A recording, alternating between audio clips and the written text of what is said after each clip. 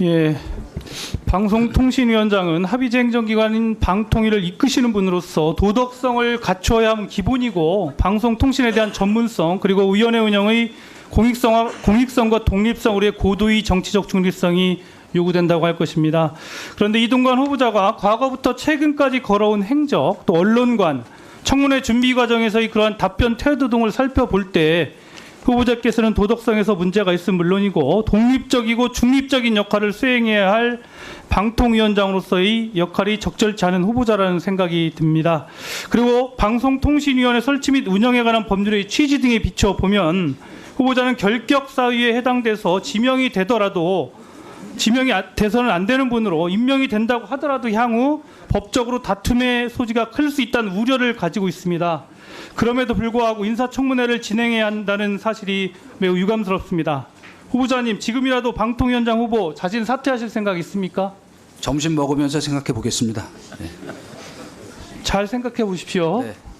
아까 그 강덕구 의원님 질의와 관련해서 제가 잠깐 확인할 게 한 번 있습니다. 아까 후보자께서 강덕구 의원님 질의 시에 아까 1학년 담임 선생님께서 나중에 후보자의 배우자와 자녀들에게 연락해서 사과했다고 말씀을 하신 바가 있는데 그런 말은 하신 적 있죠? 예, 아까 저 잘 안 들렸죠. 예. 예, 그런 사실 전화로 사과를 하신 게 맞습니까? 아니 저희 집사람한테 제가 들은 겁니다. 오늘 예. 아침에. 아, 그럼 그 전화를 했다는 시점이 2011년이나 2012년 무렵입니까? 아니면 아닙니다. 요즘 최근 무렵입니까? 그 정확하게는 제가 그래서 다시 물었더니 그 저희 그 지금 이 장남이 대학에 진학한 뒤에 시간이 이제 많이 지났죠.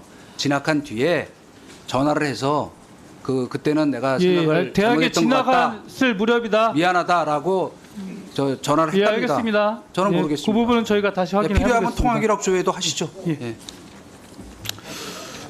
예, 지금 후보자의 언론관에 대해서 제가 질의를 드리겠습니다. 후보자 이명박 정부에서 대변인과 홍보수석 등을 하셨죠. 네. 예, 당시 이명박 정부의 언론 기조가 어떤 것이었고 정확히 무엇을 의미하는 것이었습니까? 저는 그 제가 아까 말씀드린 그 공영방송 그리고 어떤 그 뉴스 서비스 제공이라고 하는 본연적 의미가 뭔가를 똑같은 기조에서 그때도 했고 지금도 진행해 나간다 이렇게 생각하고 있습니다. 예, 후보자께서는 서면 답변을 통해 프레스 프렌들리 언론과 상호 신뢰를 가지고 적극적으로 소통하는 것을 의미했다. 뭐 이런 의미로 취지를 답변하신 바 있습니다. 예. 근데 언론과 상호 신뢰를 가진다는 게 친정부 성향의 우호적 기사를 쓴 언론에는 대통령이 직접 격려 전화를 하도록 하고 또한 정부 비판적 보도는 문제로 낙인을 찍고 관리하는 것이 그 프레스 프렌들리 언론관입니까? 그건 아니죠. 예. 후보자님, 이명박 대통령에게 당시 보고한 전화 격려 대상 언론인 선정 하신 적 있죠? 글쎄 지금 문건 나오는 건 모르겠습니다만은 직접 그 격려 전화 하시는 게 어떻겠냐고 현장에서 바꿔드린 적은 몇 번 있습니다. 그래, 여기 보면 VIP 전화 격려 대상이라고 해서 여러 가지 이유가 나오고 있습니다. 당시 화면을 보면 뭐 구좌파 정권의 잔재 청산 주력, 또 좌파 세력들의 반발에도 불구하고 꿋꿋하게 논조를 유지 이런 등의 내용 등이 있습니다. 후보자님, 이명박 대통령에게 동조를 하거나 지지하고 보수 우파 목소리를 대변해서 적극적으로 호응하는 언론만 격려하는 것이 프레스 프렌들리입니까? 이것은 VIP 프렌들리 아닙니까? 사실 이 정도 일은 어느 정부에서나 다 하는 거라고 생각합니다. 그건 미국 백악관에서도 합니다. 예. 후보자님, 후보자의 왜곡된 언론관을 보여주는 증거는 더 있습니다.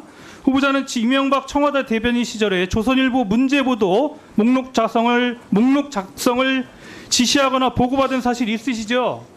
예, 없습니다. 네. 없어요? 네. 아니, 증인 저희가 사전에 받아본 바로는 네. 조선일보 문제보도 목록 작성 사실은 인정을 한 거로 알고 있는데. 아니요, 인정한 게 아니라 그 문제 보도라는 표현이 예. 말하자면 통상적으로 우리가 주목해야 되는 보도라는 의미다라고 이 답변 드린 걸로 알고 있는데요. 그럼 당시 대통령실 대변인실에서 문제 보도라는 형태로 조선일보 문제 보도를 관리한 사실 있습니까?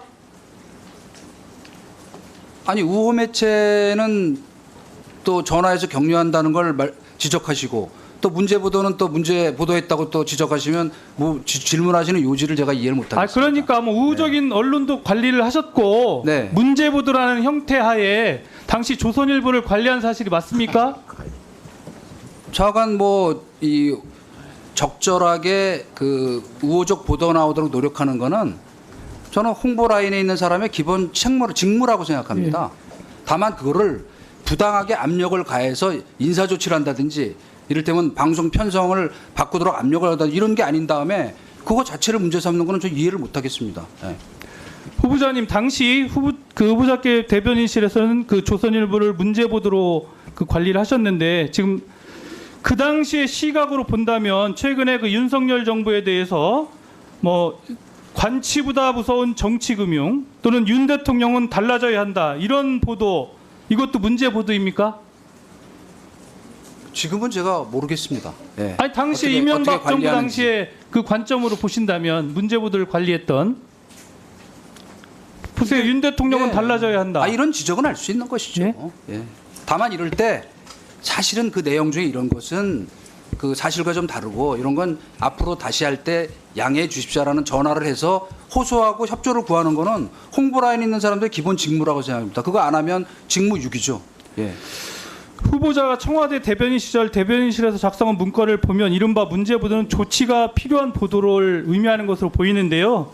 이 기준으로 조선일보 문제 보도 176건을 당시 분석 관리를 하셨는데 당시 이제 후보자께서는 사실을 제공하는 스트레이트 기사조차 문제가 있다고 낙인을 찍은 바가 있습니다. 또한 언론의 자유를 최대한 구가해야 하는 논평에 대해서도 어떤 조치가 필요하다고 분류를 하셨는데 이렇게 왜곡된 언론관을 가진 후보자께서 방통의 중립성을 확보하겠다는 것은 저는 어불성설로 보이고 언론의 자유가 가장 중요한 가치라는 후보자의 발언과 행동에 정면으로 대치된다고 생각을 하는데 어떻습니까? 이건? 뭐 그 비판과 질정 잘 새겨 듣겠습니다. 네.